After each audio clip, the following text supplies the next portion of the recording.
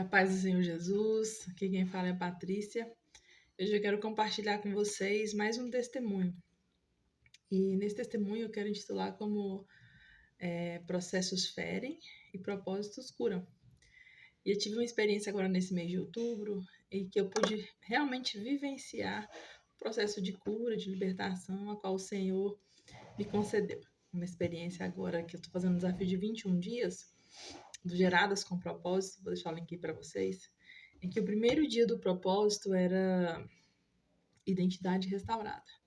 E nesse primeiro dia, eu fui fazer oração ali segundo a direção, né, do que a gente aprendeu sobre identidade restaurada. E uma das coisas que a gente aprende lá é o exemplo de Maria Madalena. Maria Madalena, ela foi liberta de 7 demônios, teve uma identidade totalmente restaurada, ela se tornou uma discípula fiel de Jesus, ela acompanhou a crucificação, ela viu o túmulo vazio, e ela foi anunciar para os discípulos que Jesus tinha sido ressuscitado. Então, a minha oração naquele dia foi: eu pedi ao Senhor que Ele visitasse áreas na minha vida em que eu precisasse de libertação, em que áreas da minha vida eu precisava de cura, em que áreas da minha vida eu precisava realmente ter uma identidade restaurada. A minha oração foi essa. E aqui eu quero abrir um parênteses da importância de orarmos a palavra, de orarmos a vontade de Deus. Quando nós estamos orando a palavra, nós estamos verdadeiramente dentro do centro da vontade do Senhor nas nossas vidas. E lá em Mateus 7, do 7 ao 8, diz o quê? Peçam e lhes será dado. Busquem e acharão. Batam e a porta será aberta para vocês. Pedi, pedi, dá-se-vos-á. Então eu pedi ao Senhor algo que Ele queria já realizar dentro de mim há muito tempo. Então hoje eu estou gravando esse vídeo, é dia 29 de outubro de 2024. Faz exatamente 10 anos que eu fui presenteada com a minha primeira filha, Amanda, e Deus recolheu ela no mesmo dia. Ela sobreviveu ali em torno de 2, 3 horas. Eu tenho o primeiro e o segundo testemunho gravado. Depois, quem quiser assistir, eu vou deixar aí o link, tá? Então, assim, já tinha o quê? Hoje, né? Completa 10 anos. Então, nesse mês de outubro, o Senhor me levou a um lugar em que eu me sentia curada, em que eu me sentia restaurada, em que para mim estava tudo certo.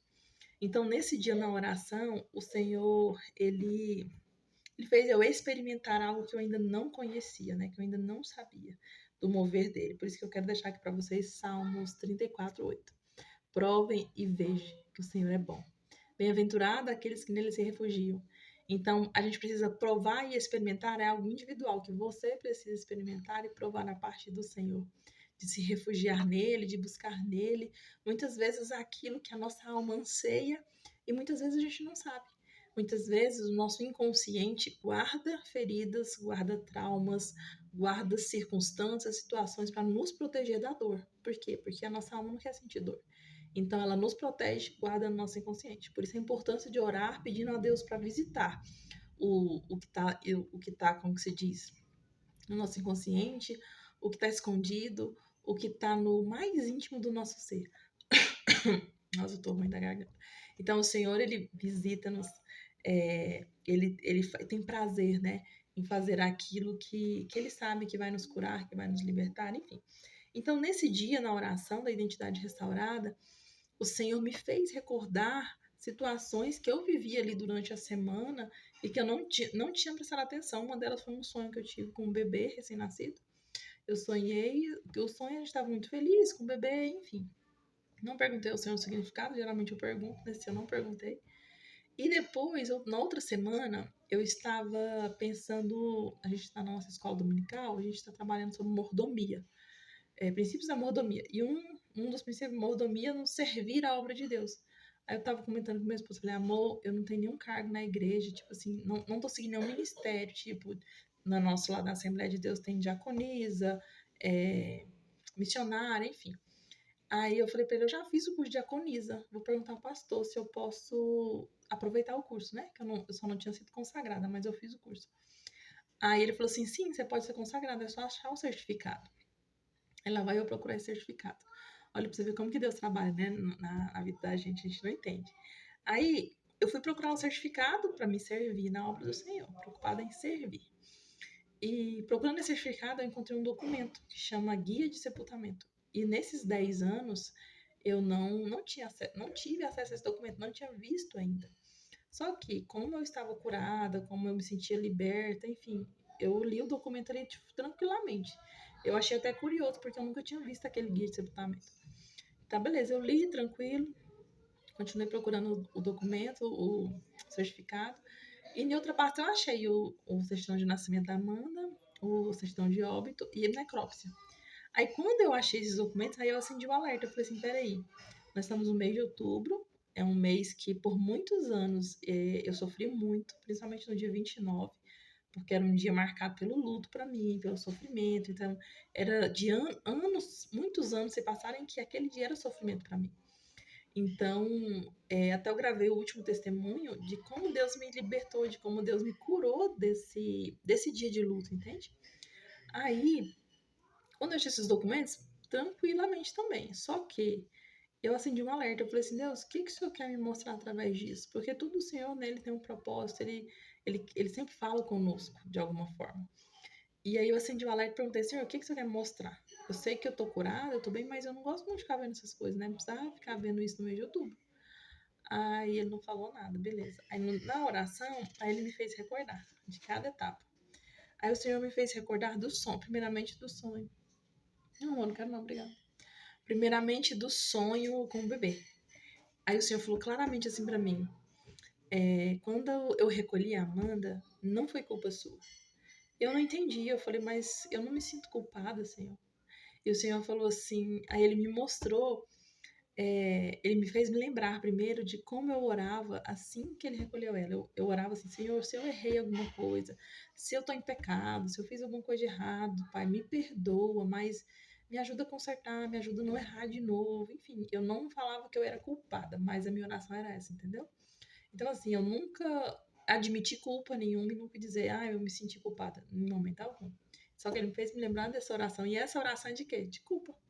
Né? Será que eu errei alguma coisa? Se eu me conserto, eu não quero errar mais. E beleza, ele me lembrou também do episódio que meu filho quebrou um box aqui de casa, né? Aí eu fiquei com muito medo dele ter machucado, cortado. Foi um livramento muito grande. E meu filho chorava, falando, mamãe, foi minha culpa, foi minha culpa, foi minha culpa. Eu falava, meu filho, foi um acidente, você tá perdoado. Não foi sua culpa, não, amor. Enfim, e ele me lembrou daquele episódio e disse assim, assim é a nossa alma. Muitas vezes ela se sente culpada por algo que aconteceu e ela guarda no seu inconsciente. Pra quê? Pra nos proteger da dor. Então, assim tinha acontecido comigo. Eu tinha guardado aquele sentimento de culpa para proteger. E o Senhor tratou de uma forma assim tão assim forte, sabe? Que eu senti realmente o Senhor limpando, lavando a minha alma, lavando o meu interior. Lá em Malaquias 3:2, fala assim, ó, que o dia do Senhor vai ser como ourives, né? O ourives, ele faz o quê? Purifica o ouro. E o ouro, para ser purificado, ele queima, né? Mas quando ele queima, o que ele faz? Ele se torna mais puro, mais ouro. E como lavandeira, aquele que lava, aquele que limpa. E nesse dia eu me senti verdadeiramente que o Senhor estava me limpando, que o Senhor estava curando ali o meu interior, entende? E assim, e doía muito. Doía muito, eu falava assim, Senhor, eu não quero ficar nesse lugar, porque dói muito. E o Senhor falou assim para mim, aquele lugar que mais dói, aquele lugar que você não quer entrar em confronto, é onde você precisa ser curado. Então, muitas vezes a gente tem dificuldade de pedir perdão para alguém, a gente tem dificuldade de confessar, né, para o Senhor as nossas falhas, as nossas limitações, pedir para o Senhor curar aquilo que a gente não consegue fazer. Muitas vezes deixar de mentir, deixar de fazer fofoca. Muitas vezes é um trauma, né, de infância que você viveu e você nunca se perdoou ou nunca perdoou a pessoa que te fez mal. Enfim, existe feridas na nossa alma que o Senhor precisa curar, só que a gente precisa liberar o acesso. E como que a gente libera o acesso? Sacrifício para o Senhor é o quê? Um coração e um espírito quebrantado. E um espírito contrito. Contrito é arrependido. E um coração e um espírito quebrantado é aquele humilde, pronto para dizer assim, Senhor, faz a tua obra. Eu sei que vai doer, o processo dói. Ele parece que está nos ferindo, mas por quê? Porque o propósito cura. Ele traz a cura, ele traz o bálsamo. Então eu lembro lá de... Eu não trouxe minha Bíblia aqui. Eu vou pegar minha Bíblia, peraí. Então aqui, ó, 1 Pedro 2:24 diz assim, ó. Levando ele mesmo em seu corpo os nossos pecados sobre o madeiro, para que, mortos para o pecado, pudéssemos viver para a justiça. A justiça de Deus é revelada no Evangelho. E pelas suas feridas fostes sarados. Então, assim, muitas vezes a gente não toma posse dessa palavra. Para você ter uma ideia, eu tenho o quê? Mais de 10 anos de crente. Em que eu tenho o Senhor como meu único e suficiente Salvador. Só que muitas vezes a gente não toma posse da palavra do Senhor, que ele cura as nossas feridas. Pelas suas feridas nós somos sarados, nós somos curados. Só que nós não deixamos que o Senhor tenha acesso a essas feridas, não deixamos que o Senhor tenha acesso a esses lugares no nosso interior que muitas vezes nós escondemos de nós mesmos, como eu te falei, do nosso inconsciente para nos proteger. Então o Senhor me fez me lembrar dos documentos a qual eu tive acesso. Ele falou da questão do bebê, né? Ele falou da culpa. Então, assim, eu senti tanto assim o mover do Senhor, tanto assim a presença dele me limpando verdadeiramente, purificando verdadeiramente, me curando verdadeiramente, tendo a minha identidade restaurada, a minha essência. E quando ele falou assim, lembra do guia do sepultamento? Ele falou assim, hoje eu tô te guiando para sepultar todos os ciclos de depressão que você já viveu. Porque entrava ano e saía ano, lá estava eu num ciclo de depressão. Eu não sabia o porquê, eu não sabia qual foi o gatilho que eu estava lá de novo. E o Senhor me lembrou quando ele me lembrou do documento de necrópsia. Enfim, ele falou, estou te guiando para o sepultar tudo isso, todas as dores, todos os ciclos de depressão, tudo aquilo que te travava, tudo aquilo que te segurava. Hoje eu estou sepultando, estou te guiando para sepultar. Por que ele disse assim que eu estou te guiando para sepultar? Por quê? Porque o sepultamento é um fechamento de um ciclo. E sempre que se fecha um ciclo, cabe a nós a decisão de se erguer e seguir em frente. É claro que cada um de nós vai ter um tempo, vai viver o processo de luto, vai viver o processo de dor. A gente precisa viver o processo de luto, mas a gente não pode ser paralisado na dor. A gente não pode nos deixar morrer na dor. Enfim, então ele disse assim, ó, eu te guio no sepultamento, mas é sua decisão seguir em frente. Entende a diferença? Então, assim, foi muito lindo que o Senhor fez, me guiando para sepultar tudo aquilo que estava me impedindo de seguir o chamado, de seguir a vontade dele. Aí o Senhor me mostrou a questão da necrópsia, falando assim, dos motivos, né? Um dos principais motivos é que eu estava ali repetindo ciclos de depressão era muito simples, era o fato de me afastar das disciplinas espirituais. Sempre que eu deixava de ler a Bíblia, sempre que eu deixava de orar, sempre que eu deixava de jejuar, sempre que eu deixava de buscar, ficava ali no piloto automático, o que acontece? Nosso espírito enfraquece. A partir do momento que o nosso espírito enfraquece, a nossa carne já está forte, né? É só nós não fazer nada que a nossa carne já se fortalece. Não precisa fazer nada. E o inimigo, ele aproveita a oportunidade para nos derrubar. Então, ele me mostrou ali claramente o porquê que toda vez eu estava muito bem, que outra vez eu estava muito mal. Outra questão é do odre, o odre, né? Eu quero ler aqui para vocês essa do odre, que eu acho também muito linda. Fala assim, ó. Deixa eu achar ela aqui, ó. Mateus 9,17. Não se deita vinho novo em odres velhos, do contrário, se arrebenta. Derrama-se o vinho e os odres se perdem. Aqui o vinho novo é a presença do Senhor e os odres somos nós. Então, mas se deita vinho novo em odres novos e assim ambos se conservam. Então, quando nós temos a identidade restaurada em Cristo Jesus, que a nossa essência é Ele, aí nós podemos nos encher dele, a qual nós não vamos perder a essência, nós não vamos nos deixar derramar da presença. Por quê? Porque o odre novo, ele suporta o que? A pressão, ele suporta o que? O peso da unção que nós carregamos, que o Senhor coloca dentro de nós. Então, o que acontecia comigo? O meu odre, o meu interior, a minha identidade não estava restaurada. E o fato dela não estar restaurada, toda vez que acontecia algo, logo eu já desfalecia, entende? Então aqui eu quero deixar para vocês a importância do odre, né? Do odre novo. O que acontece nos dias de hoje? Eu anotei aqui, deixa eu ver onde eu coloquei. Eu coloquei aqui, ó, que nós temos falado muito no vinho e pouco no recipiente. No vinho, ou seja, na presença. Nós queremos ser cheios. Eu sempre quis ser cheia da presença de Deus.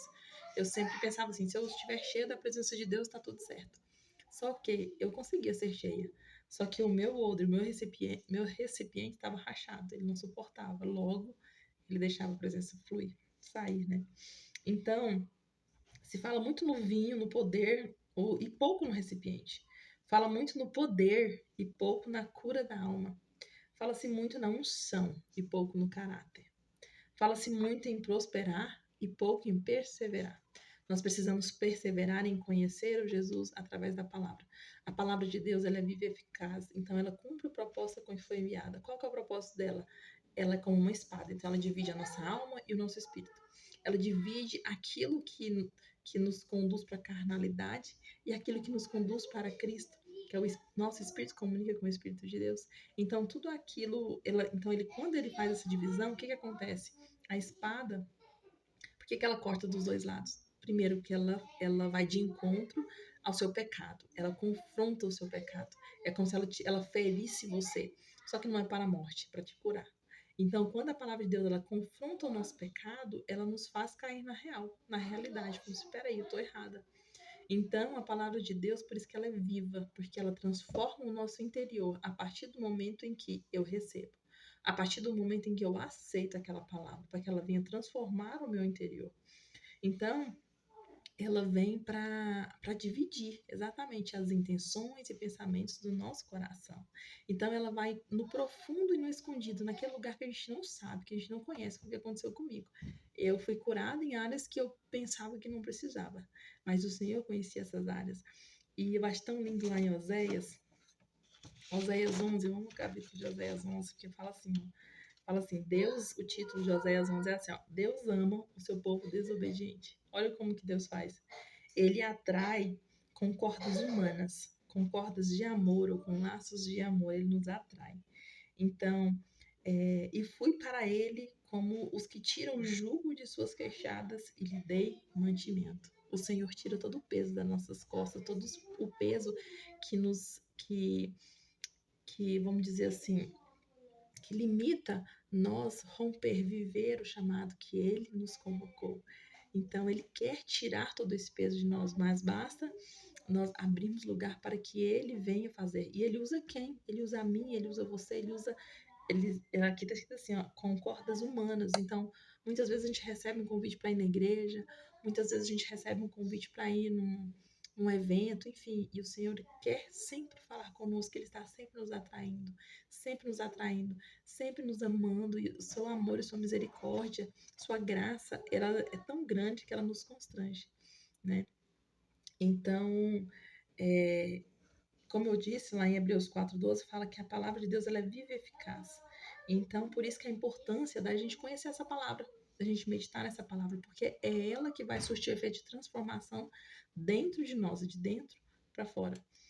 E quando a gente fala do processo de luto, o luto ele deve ser respeitado, mas ele não pode ser eternizado.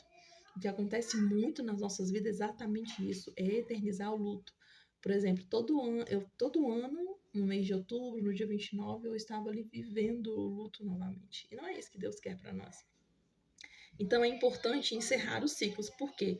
Porque os memoriais, as memórias de dor do passado, nos permite viver o novo de Deus, não nos permite viver o novo de Deus. Então, as memórias, né, as dores do passado nos impedem de viver o novo de Deus. Então, como eu disse, né, o Senhor ele me levou ali no guia de sepultamento para dizer, eu estou encerrando, mas cabe a você se levantar e seguir em frente. Então, Eclesiastes 3 diz assim, ó, assim como há tempo para todas as coisas, eu precisava entender o tempo de chorar, de lamentar, e o tempo de se levantar e cumprir o propósito a qual Deus me confiou.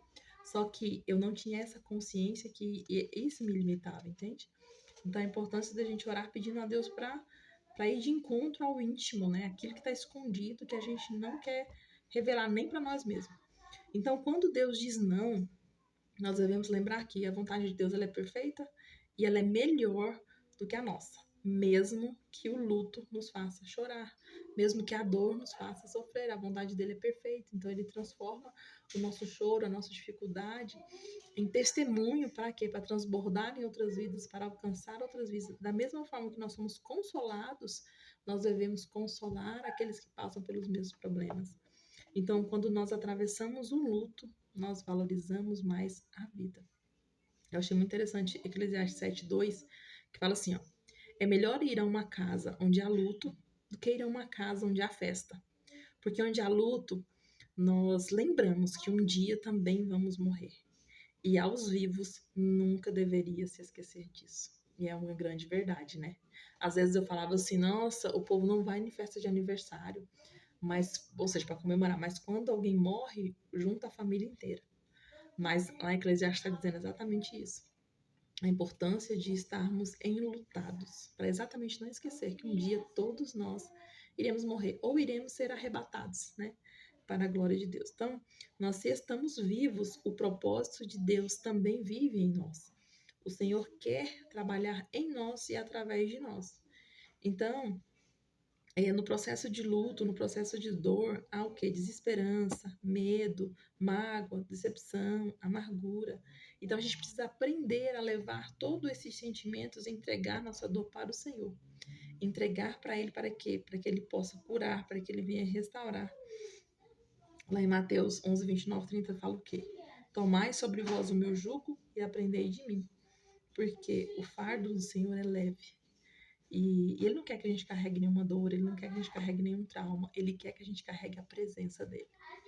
Ele quer que a gente carregue o brilho dEle.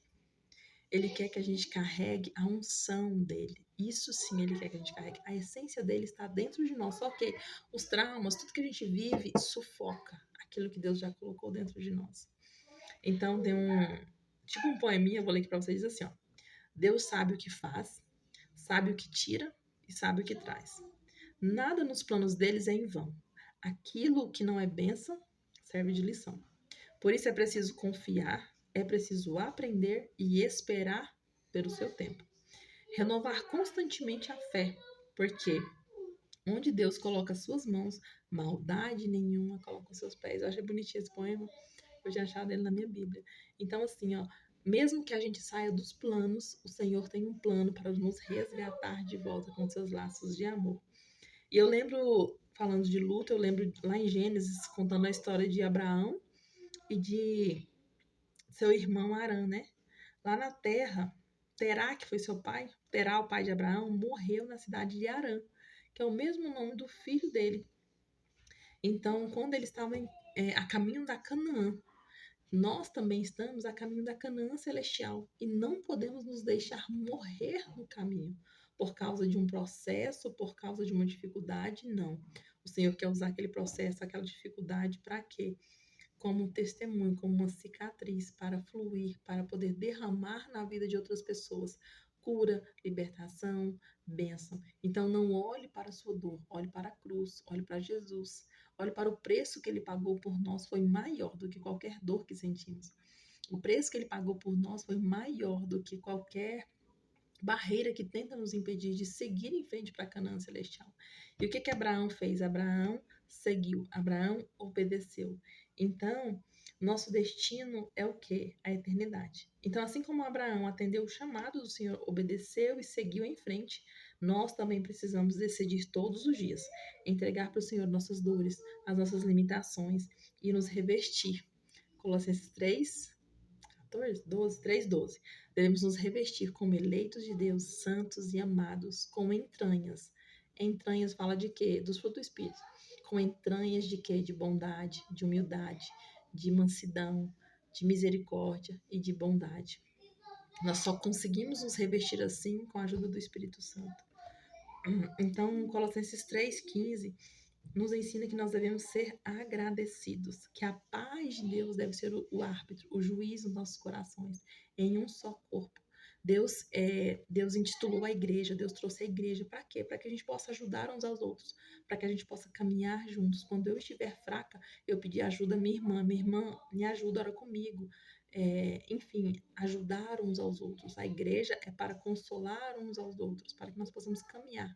Quando um estiver fraco, ou está forte, e assim nós vamos caminhando.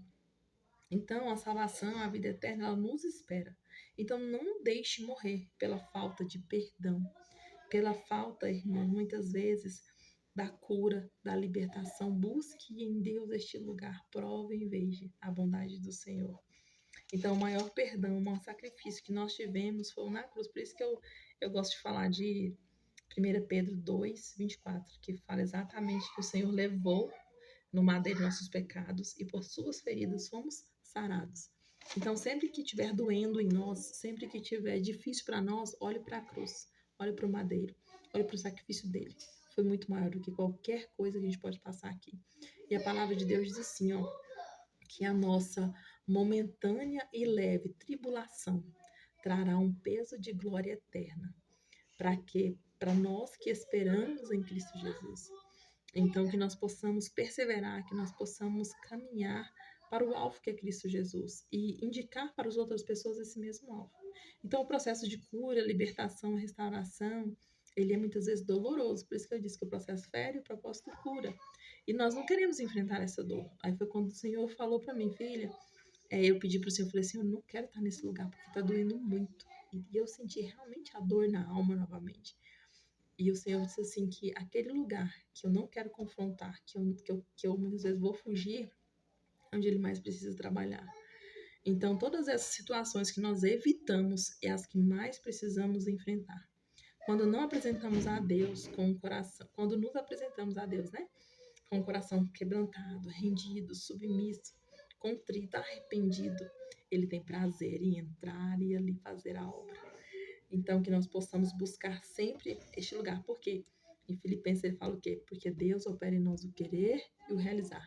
Aquele perdão que eu não consigo pedir, que eu não consigo liberar, ele opera em nós. O querer e o realizar. Então, busque nele. Aquilo que eu não quero, aquilo que eu não consigo realizar, ele faz em nós. Por quê? Porque o poder de Deus opera na nossa fraqueza. A partir do momento que nós admitimos a nossa fraqueza, Senhor, eu não consigo pedir perdão.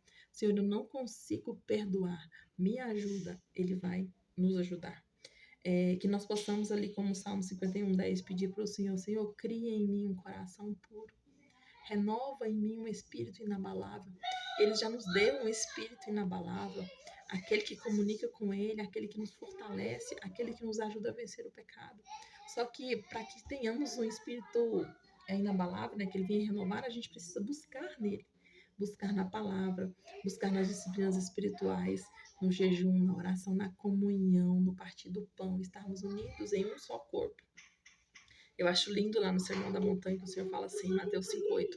Bem-aventurados os limpos de coração, porque eles verão a Deus. Limpos de coração não são só aqueles que cometeram menos pecados, ou aqueles que foram mais perdoados. Limpos de coração é aquele que permite ser lavado pela palavra de Deus diariamente. Por quê? Porque a palavra de Deus, ela confronta o nosso pecado. A palavra de Deus vai de encontro à nossa necessidade. Ela nos alimenta, ela nos fortalece. Então, a palavra de Deus, ela é alimento diário para as nossas vidas. Então, que nós possamos orar para ter fome e sede da palavra de Deus. Lá em 1 Pedro 2:2 fala o quê? Desejai ardentemente, né? A palavra de Deus para quê? Para crescimento, para salvação. Então, em Salmo 51:11-13, o Senhor fala assim, ó, que o Espírito Santo nos comissiona para uma grande obra. Para quê? Para levar o evangelho e ganhar almas. Simples assim. O Senhor, ele é a essência dele em nós exatamente para cumprir esse propósito do ide do Senhor. Então, que nós possamos a cada dia buscar este ide do Senhor. E aqui, quando eu estava lá buscando o certificado, né, eu falei para vocês, eu estava preocupada em servir na obra do Senhor, fazer a obra. Então, às vezes a gente está preocupado em fazer algo para o Senhor e não estar com o Senhor. Então, ele falou assim, que antes de servir a obra de Deus, ele quer, porque primeiro fazer a obra em nós, depois através de nós. Então, há uma diferença entre obra e fruto. A obra é aquilo que nós realizamos para Deus, e fruto é aquilo que ele realiza em nós. Então, primeiro ele quer frutificar através de nós, né? Ter que o fruto do Espírito Santo possa ser visto em nós, para depois nós possamos servir. Por quê? Muitas vezes a gente serve a obra de Deus com muitas feridas emocionais, com muitos traumas, e a gente acaba transparecendo aquilo ali no servir a obra de Deus, entende? Então, que nós possamos buscar primeiro no Senhor o fruto, que o fruto esteja em nós, que o fruto possa ser visto. e que nós possamos andar e viver no Espírito. Porque se nós andamos e vivemos no Espírito, nós vamos servir a obra de Deus de forma excelente. Com o espírito de excelência, nós vamos fazer a obra de Deus não para que os outros vejam, não para que ser elogiada, não, mas para Ele, por Ele, porque dele são todas as coisas, entende? Então, essa é a diferença da obra e do fruto. Então, se eu disse assim que não era para me preocupar com. Não que eu não tenha que deixar de seguir o ministério, né? Ser diaconisa, enfim, servir a obra e tal, não. A gente tem que buscar sim crescer. Mas antes de buscar este servir, busque primeiro no seu interior se está tudo certo. Busque no seu interior se você está realmente entregue. Se o seu coração está limpo e entregue para fazer a obra de Deus com excelência. Entende a importância de seguir a ordem? Então, foi isso que o Senhor revelou no meu coração. Então, o Senhor falou da importância, né, de buscar as disciplinas espirituais, que nada acontece do nada, a gente não esfria de uma hora para outra, a gente deixa de buscar o Senhor. Eu falo assim que uma das coisas que o inimigo mais usa hoje são as distrações. E são as distrações nas coisas, vamos dizer, corretas. É através do trabalho. A gente hoje trabalha muito e tem pouco tempo. Eu não digo tempo, tem pouca prioridade para buscar o Senhor. Não sobra prioridade para buscar o Senhor. E a questão não é nem sobrar, né? Porque quando é prioridade, deve ser em primeiro. Uma vez eu vi uma frase falando assim, ó, Deus é o nosso único Deus, mas ele não é o nosso primeiro. Por quê? Porque vem muitas coisas primeiro. Vem o trabalho, vem os filhos, vem a casa, e se der tempo, eu vou buscar a Deus, entende? A diferença de prioridades, então não é questão de tempo, é prioridade. Então, o Senhor, ele trabalha de uma forma tão linda, que eu quero convidar você a encontrar esse lugar também de cura, esse lugar de identidade verdadeiramente restaurada no Senhor. Amém? Então, esse é o testemunho que eu quero deixar aqui para vocês de cura e de libertação que o Senhor ministrou no meu coração. E que essa palavra venha alcançar muitas vidas. E que e como uma frase estava nesses dias falando assim, ó, Eliseu só foi chamado quando Elias saiu da caverna. Que caverna que você está hoje? A caverna do medo, a caverna da rejeição, a caverna da falta de perdão, a caverna do luto. Qual caverna você se encontra hoje? Jesus te chama para quê? Para que você seja liberto muitas vezes de você mesmo. Muitas vezes a gente mesmo nos trava, não é nem o inimigo. O inimigo aproveita nossas limitações para, né, ter a batalha ali espiritual. Existe a batalha espiritual, mas muitas vezes nós procuramos. Então o Senhor te chama hoje com seus laços de amor. O Senhor te convida hoje para esse lugar de secreto, para esse lugar em que somente você e Ele vão estar ali juntos e você vai estar entregue, rendida ao processo. Porque através do que o Senhor tem feito, né? Na minha vida, na sua vida, Ele quer alcançar muitas vidas, mas nós precisamos nos permitir viver o processo. Amém? Que Deus abençoe e que esse vídeo possa frutificar na sua vida, na vida de outras pessoas, na vida de outras famílias, e que nós possamos deixar fluir aquilo que o Senhor colocou dentro de nós, que é a essência dele. Amém? Deus abençoe. Um abraço.